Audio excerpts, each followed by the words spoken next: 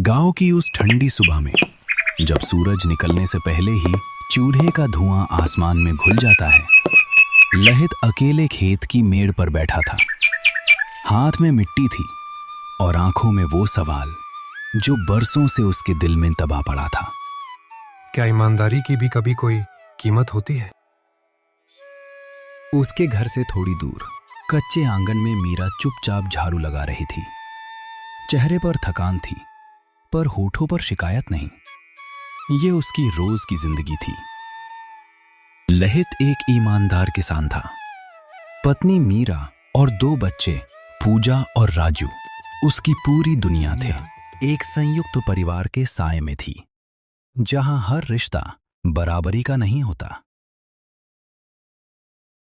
घर में उसकी मां थी, बड़े भाई मानव थे, पत्नी और उसके बेटे बुल्टो जो प्राइवेट कंपनी में काम करते थे और मोटी तनख्वाह लाते थे।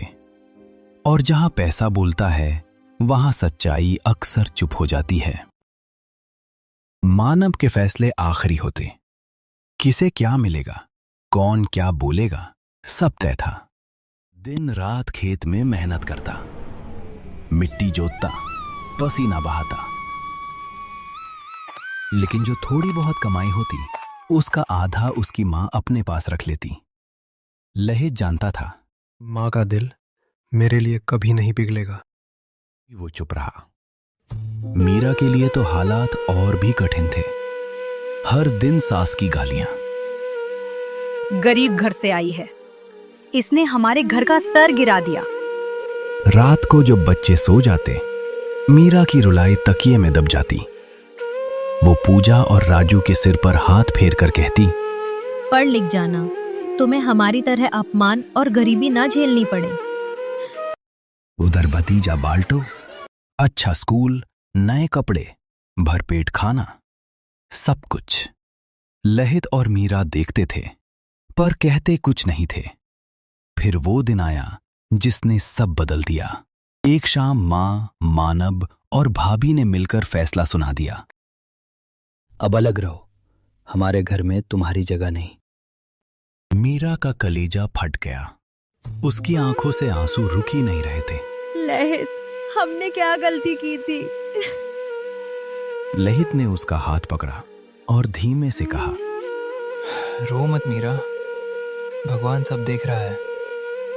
मेहनत करेंगे तो रास्ता जरूर निकलेगा। अलग होने के बाद उनकी जिंदगी और कठिन हो गई। एक टूटा सा घर, थोड़ी जमीन और बहुत सारे सपने। हर सुबह लहित खेत में उतरता, मीरा उसके साथ कंधे से कंधा मिलाकर काम करती।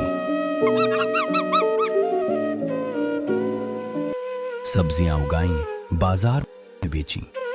खुद के कपड़े फटे रहे पर बच्चों की किताबें नई रहीं। कई बार हालात इतने बिगड़े कि घर में नमक रोटी भी मुश्किल हो गई।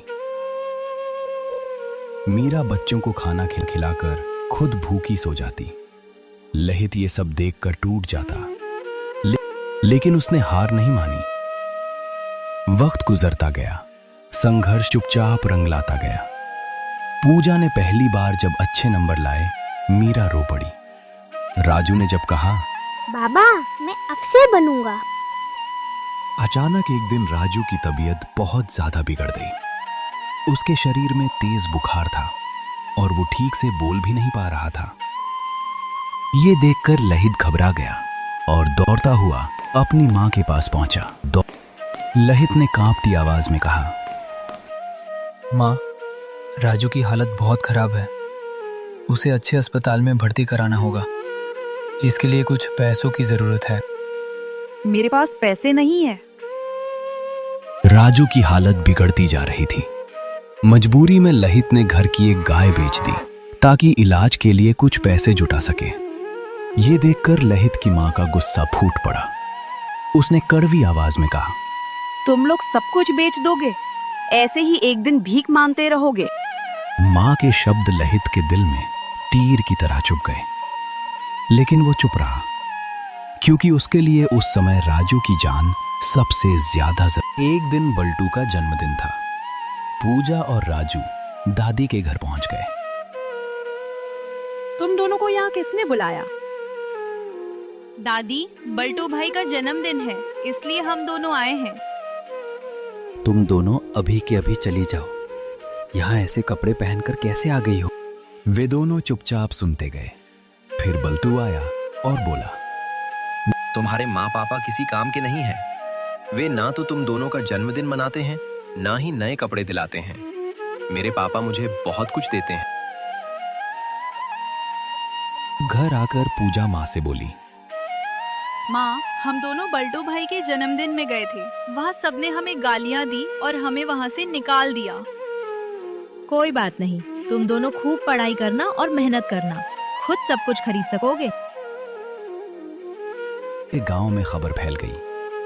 पूजा और राजू दोनों को सरकारी नौकरी मिल गई।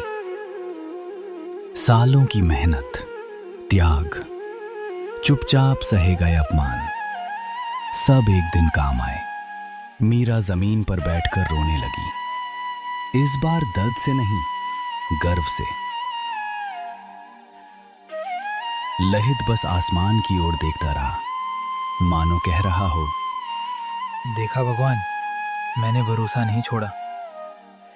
उधर उसी घर में जहां से उन्हें निकाला गया था, लहित की मां की आंखों में पहली बार शर्म थी।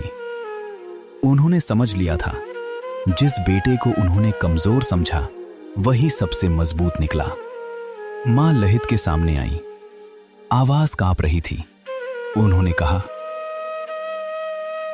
लहित, मुझे माफ कर देना, मैं तुम्हें समझ नहीं पाई। लहित ने कोई जवाब नहीं दिया, बस चुपचाप मां के पैर छू लिए। माँ, मैं और दीदी ने मिलकर यह घर बनाया है। माँ, पिताजी, आज से आप लोग काम नहीं करेंगे। मैं और दीदी मिलकर घर संभाल लेंगे। कहानी की सीख, जो लोग चुपचाप मेहनत करते हैं, उनकी जीत सबसे ऊंची होती है। गरीबी कमजोरी नहीं, हालात होते हैं, और शिक्षा उनसे बाहर निकलने का सबसे बड़ा रास्ता है।